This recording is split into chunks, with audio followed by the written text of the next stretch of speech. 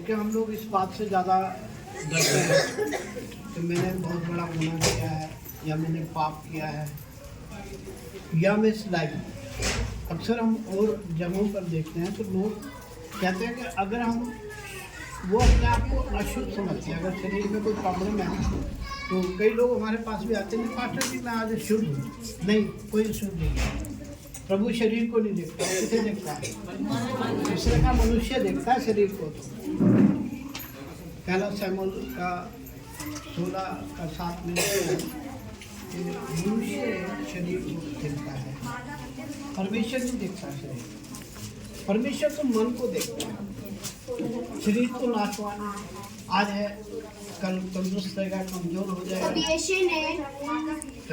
तब यीशु ने अबीनादाब को बुलाकर शमूएल के सामने भेजा। यहोवा ने शमूएल से कहा, 16 अध्याय की 7। पहला शमूएल 16:7। परंतु यहोवा ने शमूएल से कहा, ना तो उसके रूप पर दृष्टि कर, ना उसके कद पर, ना ऊंचाई पर, क्योंकि मैंने उसे अयोग्य जाना है। क्योंकि यहोवा का देखना, परमेश्वर का देखना मनुष्य की तरह नहीं है। परमेश्वर का देखना, मनुष्य तो बाहर का रूप मनुष्य बाहर की पर्सनैलिटी देखता है, रूप देखता है, रंग देखता है, परंतु यहोवा की दृष्टि उसके कपड़े देखता है, उसके शूज देखता है, उसका चेहरा देखता है।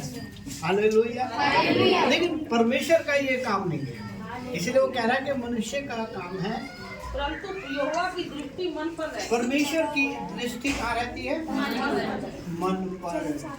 हालेलुया।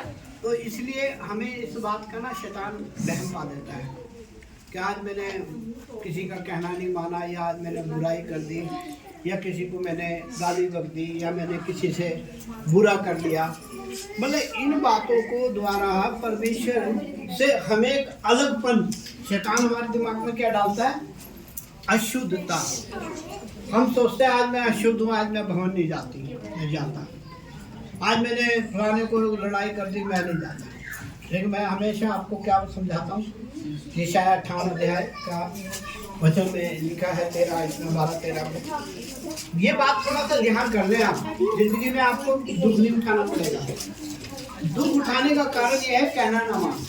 यदि तू विश्राम दिन को अशुद्ध ना करे, आज मेरे पवित्र दिन में अपनी इच्छा पूरी करने का यत्न ना करे, अपनी इच्छा पूरी करने का यत्न ना करे, पूरी करने का यत्न ना करे, और विश्राम दिन को आनंद का दिन, और विश्राम दिन को आनंद का दिन, खुशी का दिन, और यहोवा का पवित्र और यहोवा का।